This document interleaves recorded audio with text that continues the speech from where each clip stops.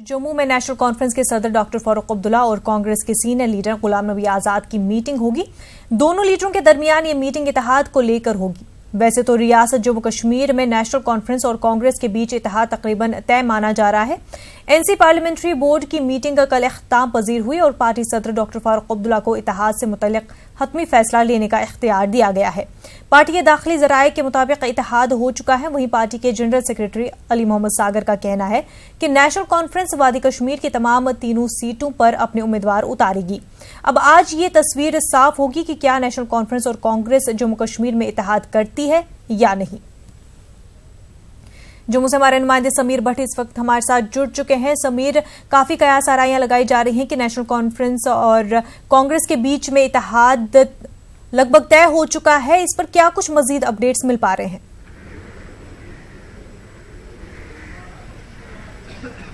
देखिए, अगर अलायंस की बात करें तो उस पर जो सस्पेंस है वो अभी भी बरकरार है। हम ये नहीं कह सकते हैं कि कोई फाइनल डिसीजन लिया गया है दोनों पार्टीज के दरमियान। अगर ये डिसीजन लिया गया होता, अगर अलायंस का एग्रीमेंट हुआ होता तो गुलाम नबी आजाद को कांग्रेस इस तरह से जम्मू नहीं रवाना करती। आज वो आ रहे हैं, अंबिका सोनी आ रही है और जीए मीर, तीनों कुछ ही देर में यहाँ जो फारूक अब्दुल्ला की रेजिडेंस है भटिंडी में, यहाँ पहुंच रहे हैं। उसके बाद एक मीटिंग होगी फारूक अब्दुल्ला के साथ। फारूक अब्दुल्ला कल यहाँ पहुंच गए थे, कोई शेड्यूल नहीं था उनको आने का, लेकिन वो यहाँ पहुंच गए। आज गुलाम नबी आजाद पहुंच रहे हैं। कुछ देर में मीटिंग होगी और उसके बाद रूपरेखा जो तस्वीर सामने आएगी कि क्या दोनों पार्टी जो है वो अलायंस करने जा रही कि नहीं। क्योंकि ऐसी भी खबरें हैं कि कांग्रेस जो है वो अनंतनाग की सीट लेना चाहती है, वहां से जीए मीर को कैंडिडेट बनाना चाहती है। लेकिन जो नेशनल कॉन्फ्रेंस है उसने पहले ही क्लियर कर दिया है कि वो अनंतनाग सीट से भी चुनाव लड़ेगी। तो जाहिर तौर पर पेच फंसा हुआ है। दोनों पार्टीज अभी ये फाइनल डिसीजन नहीं ले पा रही कि कितनी सीटों पर कौन लड़ेगा। और अगर डेडलॉक चलता रहा तो ऐसी भी खबरें आ रही हैं कि एक दो सीटों पर जो है दोनों पार्टीज फ्रेंडली कॉन्टेस्ट भी कर सकती है, जिसमें अनंतनाग की सीट है और जम्मू की सीट है। क्योंकि मैं आपको बता दूं, जम्मू की सीट पर भी और अनंतनाग की सीट पर भी नेशनल कॉन्फ्रेंस ने अपने कैंडिडेट्स को जो है वो अनाउंस किए हुए हैं। तो जाहिर तौर पर दोनों पार्टीज के बीच जो अलायंस की जो गठबंधन का जो एक शक्ल आनी चाहिए वो अभी हो नहीं रही है। दोनों पार्टियां एक पॉइंट पर सहमत नहीं हो पा रही हैं, तो जिसका नुकसान दोनों पार्टीज को हो रहा है। क्योंकि अब 25 तारीख को लास्ट नॉमिनेशन है फर्स्ट फेज में, जिसमें बारामूला और जम्मू की सीट्स हैं। तो आज ही इनको फैसला करना पड़ेगा। कल छुट्टी है और उसके बाद 22 तारीख को बीजेपी के कैंडिडेट्स हैं वो नॉमिनेशन भरने जा रहे हैं। लेकिन अगर आज ये फैसला नहीं कर पाए तो दोनों पार्टीज को इसका नुकसान, क्योंकि दोनों पार्टीज जानती हैं कि अगर बीजेपी को रोकना है, खासकर जम्मू रीजन में, और पीडीपी को रोकना है कश्मीर वैली में, तो अलायंस जरूरी है दोनों पार्टीज को करना। पहले भी वो अलायंस कर चुके हैं।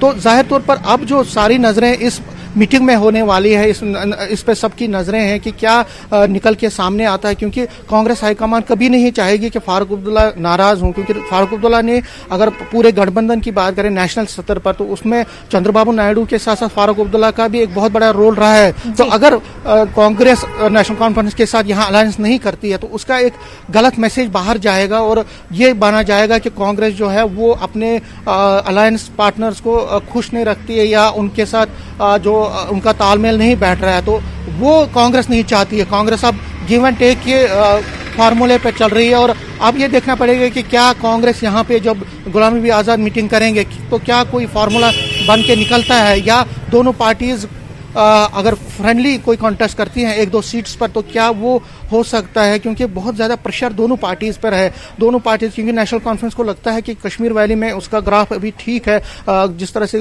पीडीपी का ग्राफ नीचे गिरा है, और इसी तरह कांग्रेस को लगता है कि एंटी इनकम्बेंसी फैक्टर जो है वो बीजेपी को हॉन्ट करेगा यहाँ पे जम्मू में। तो जाहिर तौर पर दोनों पार्टीज इस वक्त बहुत डोमिनेटिंग पोजीशन में अपने आप को दिखा रही है। लेकिन अलायंस में गिव एंड टेक होता है। अगर एग्रीमेंट करना है तो दोनों पार्टीज को कुछ देना भी और कुछ खोना भी पड़ेगा। तो क्या खोएंगे क्या पाएंगे वो अभी कुछ देर में पता चलेगा। क्योंकि अभी जो गुलाम नबी आजाद, अंबिका सोनी कुछ ही देर में यहाँ फारूक अब्दुल्ला की रेजिडेंस पर पहुंचेंगे, एक मीटिंग होगी, उसके बाद लंच होगा और उसके बाद ही हो सकता है कि मीडिया के साथ वो बात करेंगे। लेकिन आपने सही कहा, इस वक्त जो तस्वीर है वो, हालांकि नेशनल कॉन्फ्रेंस ये कह रही है कि मुआहिदा हो गया है और कांग्रेस भी ये कह रहे हैं, लेकिन ऐसा हो नहीं रहा है। जो हमारी इंटरनल सोर्सेज से बात हो रही है वो कह रहे हैं कि पेच फंसा हुआ है, खासकर अनंतनाग सीट पर पेच फंसा हुआ है, क्योंकि अगर वहां से दोनों पार्टी फ्रेंडली भी खेलती हैं तो महबूबा मुफ्ती अगर वहां से पीडीपी की उम्मीदवार उठती है तो वो दोनों पार्टीज को नुकसान होगा। तो